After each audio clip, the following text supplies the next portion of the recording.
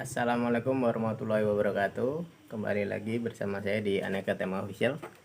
Kali ini kita akan membahas tentang bagaimana cara pembuatan box bata ringan yang bagus, yang baik dan benar. Jadi untuk para pengusaha bata ringan yang pemula, supaya tidak salah dalam membuat box. Oke, kita akan berbicara langsung dengan Bapak. Ini biasanya dia sebagai pemborong pembuat box bata ringan.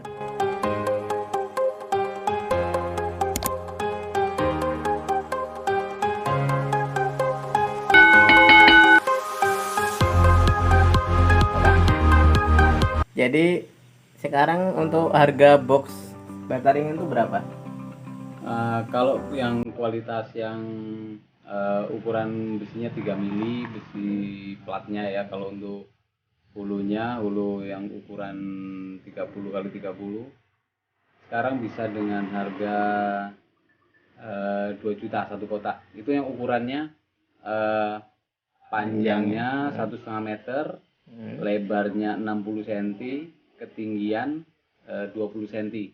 Tinggian 20 cm ya. Ya, kalau dipotong untuk bata ukuran tebal 10 cm jadi 15 bata. Tapi kalau yang 7,5 20. Jadinya 20 bata ya. 20 bata yang ukuran 10. Nah, jadi untuk itu tadi pakai plat 3 mili dan besi hulunya berapa tadi, Pak?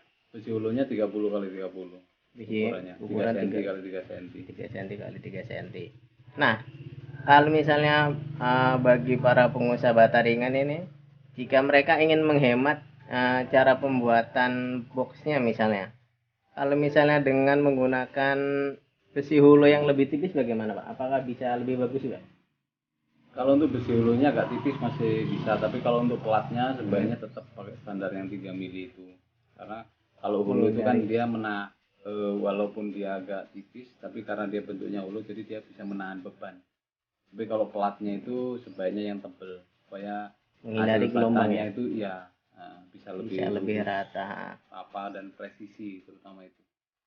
Jadi nanti kita akan tunjukkan bagaimana kalau kekurangan dan kelebihannya kalau misalnya menggunakan plat yang lebih tipis ya. Tapi kalau untuk besi hulunya masih bisa dibuat agak lebih kecil. Soalnya dia tetap menyatu di tanah soalnya. Ya, 2 mili bisa. 2 mili masih bisa. Nah, untuk juga bagi yang dananya mungkin belum terlalu besar untuk memulai bisnis bata ringan ini, itu juga bisa menggunakan pakai papan. Contohnya seperti ini. Nah, itu nanti kalau misalnya pakai papan seperti ini, itu lebih hemat biaya. Hanya saja itu permukaannya kurang rapi ya. Begitu ya, Pak, kalau misalnya dengan papan. Iya, kurang rapi. Lebih bagus pakai plat besi. Tetap bisa tapi kurang rapi. Bisa juga pakai triplek yang seperti ini ya. Nah, ini nanti bisa pakai triplek. Nah, kalau misalnya pakai triplek cuman dia umurnya kurang begitu lama ya, Pak. Ya, ngelontok kalau bahasa ini. Triplek ya daya tahannya tidak selama papan. Kalau misalkan sama-sama pakai material kayu. Dan kayu pun harus memilih material yang bagus. Kayunya juga harus bagus, harus disuguh biar dia rapi juga ya. Gitu. Oke, langsung saja kita akan lihat kondisi contoh box-box langsung ke TKP pabrik bata ringan ya. Oke.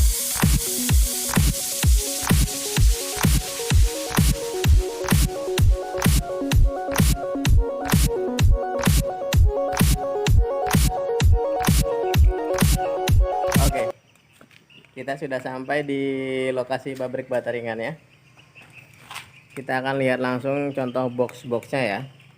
Seperti ini.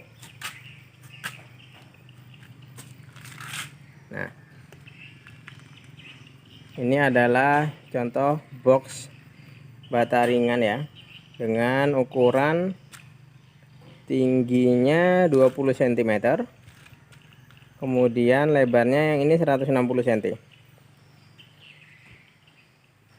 Kemudian untuk penggunaan platnya ini menggunakan plat yang tebal 3 mili. Nah, Bisa dilihat nih, tebal 3 mili, dan besi hulunya yang ukuran 3x3x3 ya. Oke. Nah, kita akan review dari box ini ya, box model seperti ini, bagaimana kekurangan dan kelebihannya. Langsung saja. Nah, untuk box yang model seperti ini sudah sangat baik dan akan memiliki daya tahan yang lebih lama karena sudah memiliki tulang-tulang dan juga besi yang sangat tebal. Kemudian untuk bagian lantainya, lihat ini, bagian dinding dan lantainya tidak akan bergelombang karena besi platnya menggunakan besi yang tebal, jadi dia akan lebih rata. Kemudian di bagian penguncinya dia menggunakan seperti ini ya, dia menggunakan sistem drat. Nah, oke, kita di sini akan membahas tentang kekurangan dan kelebihannya. Jika box seperti ini biayanya lebih mahal, tetapi dia lebih awet dan juga untuk presisinya dia lebih baik ya. Bagian bawah boxnya ini waktu pembuatan di awal dulu, karena kita belum tahu, jadi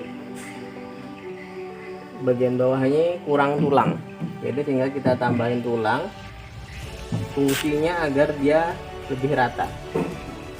Nah, seharusnya untuk box yang baik itu tulangnya dia lebih rapat. Nah, ketika tulangnya lebih rapat, maka dia tidak akan menyebabkan di bagian tengahnya ini ngelendong atau dekok ya, ketika diberi adonan bata ringan yang masih basah. Jadi dia tetap akan rata sehingga ukuran bata ringannya juga akan presisi di bagian atas maupun bagian bawah. Dan ini seharusnya jika para pengusaha bata ringan ingin menghemat biaya dalam pembuatan box, seharusnya ini tidak perlu menggunakan besi hulu yang tebal ini, jadi bisa lebih tipis dengan fungsi yang tetap baik karena dia akan tetap langsung menempel di lantai, dan lantainya ini harus rata ya. Box ini juga harus dilapisi dengan matras. Ini contohnya, ini sudah diberikan matras ya, matras ini supaya saat ketika melakukan penggergajian bata ringannya, ini mata gergajinya tidak langsung terkena ke besinya ya. Kita akan lihat contoh penggergajian bata ringan. Nah, jadi ketika digergaji, ini lantai dan ini lantainya dilapisi dengan matras supaya mata gergajinya tidak mudah tumpul karena terkena besi ya. Nah, gitu.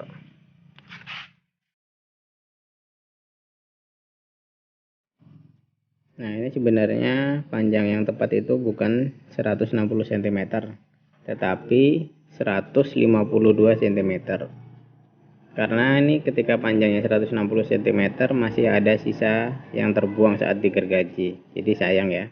Jadi yang tepat 152 cm, yang 2 cm-nya itu untuk memberikan ruang sisa penggergajian. Jadi setiap mata gergaji tebalnya 2 mili. Begitu.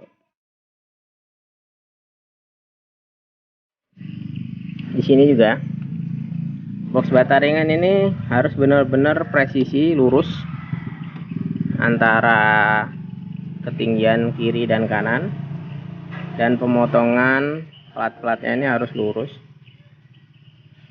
karena ini saat nanti diratakan akan sangat berpengaruh kepada kepresisian bata ringan tersebut.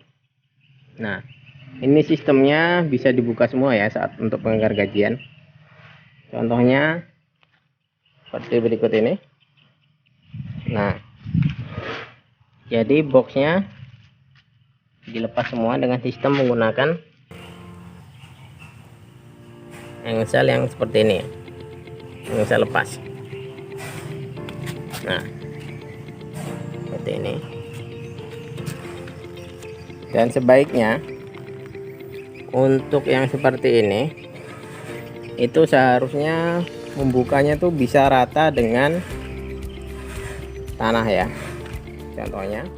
Nah, ini saat dibuka seharusnya ini lebih baik. Nah, bisa rata dengan tanah ketika ini menggunakan besi hulu yang lebih tipis. Jadi tidak perlu dilepas seperti ini. Nah, tidak perlu dilepas seperti ini karena ini akan memakan waktu. Tetapi jika dia dalam membuka begini bisa rata, maka dia tidak akan mengganggu saat proses penggergajian. Sampelnya lagi yang sebelah sini kita akan buka.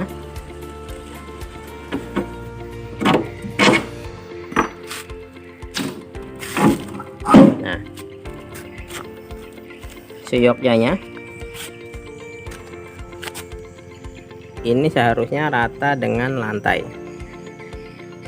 Kalau ini kan dia terlihat sedikit nongol ya tuh.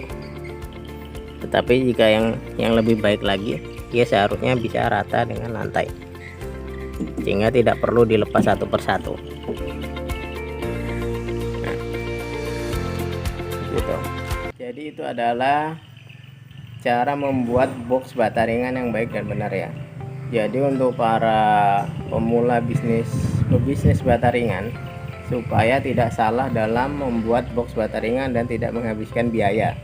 Jadi sekali bikin, sekali buat, langsung berguna selamanya dan tidak menghabiskan biaya ketika untuk perbaikan dan lain-lain.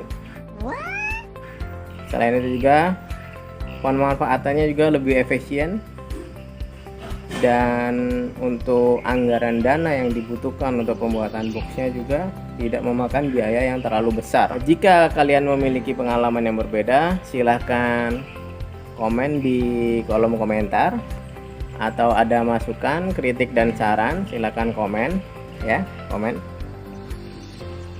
Baik, bantu subscribe, like, dan juga share jika menurut kalian video ini bermanfaat. Sampai ketemu di video selanjutnya. Kita akan membahas tentang estimasi biaya dari masing-masing pembuatan box, dari mulai box triplek, terus kemudian box kayu dan box yang besi. Oke, terima kasih. Salam pengusaha bata ringan. Assalamualaikum warahmatullahi wabarakatuh.